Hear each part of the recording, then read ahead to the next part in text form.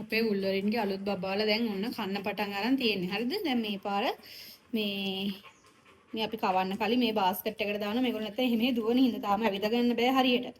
දැන් මෙතන 5 දෙනෙක් ඉන්නවනේ බලන්න. අයියෝ අල්ප දයන්නක් වගේනේ. එයා ඉන්නේ මොයි විදියට තමයි. මේ දැන් මෙතන 5 දෙනෙක් ඉන්න ඕන හරින තාත්තත් ඇවිල්ලා ඉන්නේ බලන්න. 5 දෙනෙක් ඉන්න ඕන හරින මේ හැබැයි 4යි ඉන්නේ. මේ බලන්න අනිත් එක්කෙනා.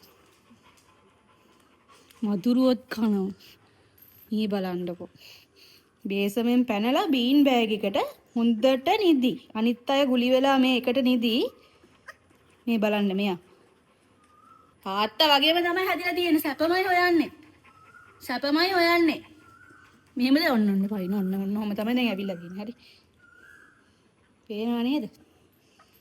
පේනව නේද මුන්ගේ මොලේ වයසටද කියලා. ළඟදී ඇස්සරියේ. අර බලන්නකො ඉතින්.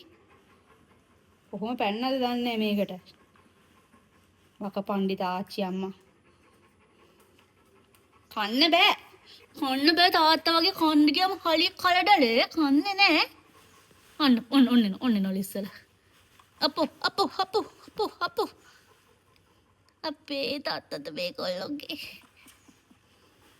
බලන්නකෝ ඉතින් වකපණ්ඩිතකම තාත්තා වගේම තමයි හැදිලා තියෙන්නේ. වකපණ්ඩිතකම. පොව්වනේ. තාත්තා බලා ගන්නවල ළමයින්ව. තාත්තා ඉන්නේ බබාලා කැමරා ෂොට් එක දෙන්නේ ඩොග් ෆුඩ් කන්න ඉන්නේ. තාත්තා. ඩොග් ෆුඩ් එක අර දිය කරලා දුන්නත් පැටවුන දිය කරලානේ කවන්නේ තාම දත් ඇවිල්ලා නැති හින්දා.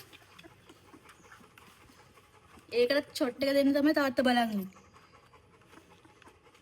අනිත් අය පයින් හදන්නේ. ඉතින් අයින් කරේ නැත්තම් මේ ඔක්කොම පයින්නවා මේක. යෝ